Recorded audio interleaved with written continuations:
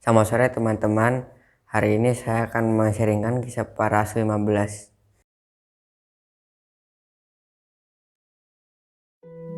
Beberapa orang datang dari Yudea ke Antioquia dan mengajarkan kepada saudara-saudara di situ. Jikalau kamu tidak disunat menurut adat istiadat yang diwariskan oleh Musa, kamu tidak dapat diselamatkan. Tetapi Paulus dan Barnabas dengan keras melawan dan membantah pendapat mereka itu.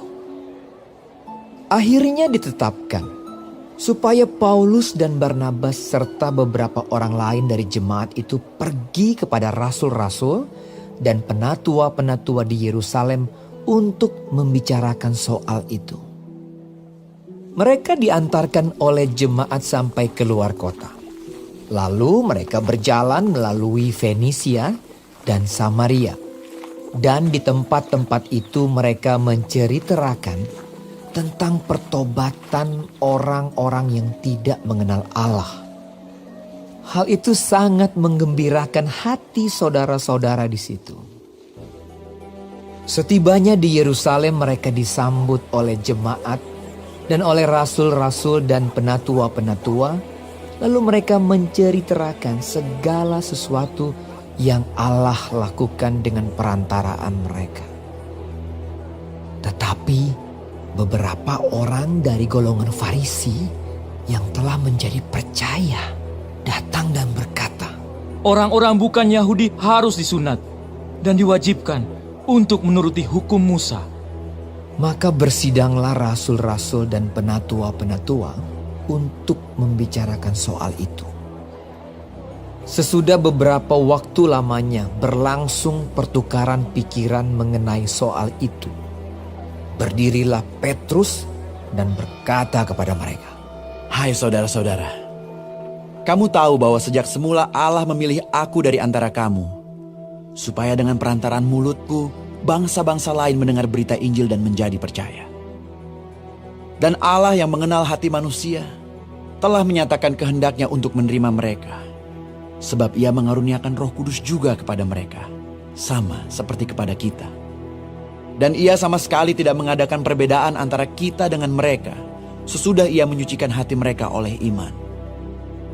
Kalau demikian, mengapa kamu mau mencobai Allah dengan meletakkan pada tengkuk murid-murid itu suatu kuk yang tidak dapat dipikul, baik oleh nenek moyang kita maupun oleh kita sendiri?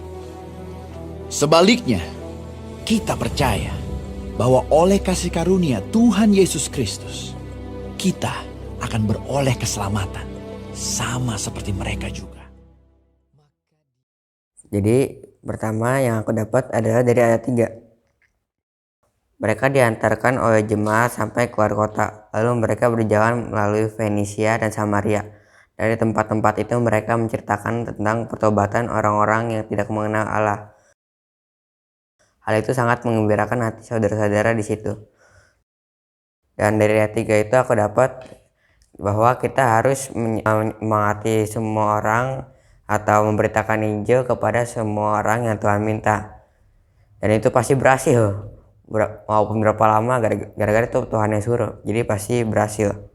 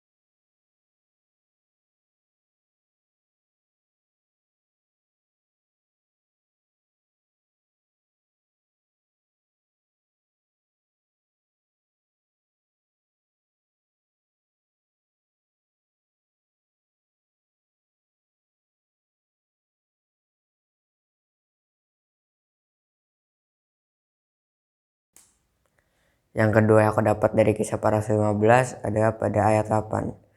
Aku akan bacakan ayat 8.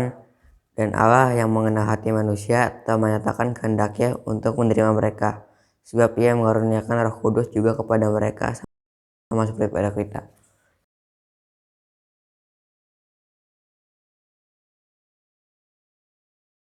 Jadi aku dapat dari ayat 8 adalah Roh Kudus bisa turun kepada siapa aja.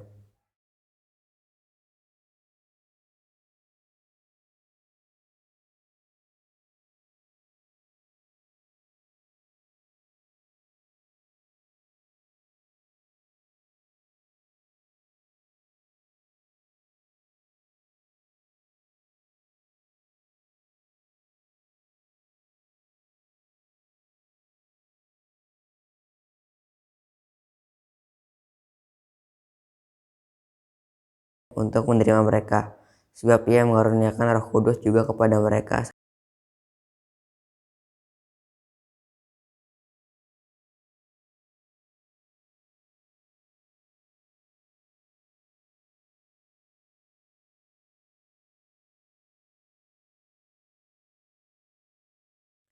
Dan aku juga dapat dari ayat 9, aku bacakan ayat 9.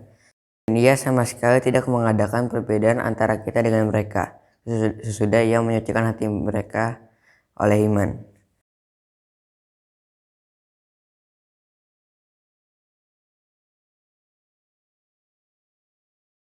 Jadi aku dapat dari ayat 9 adalah di di mata Tuhan itu kita semua sama. Jadi gak ada yang lebih tinggi, gak ada yang lebih rendah. Semua sama di mata Tuhan.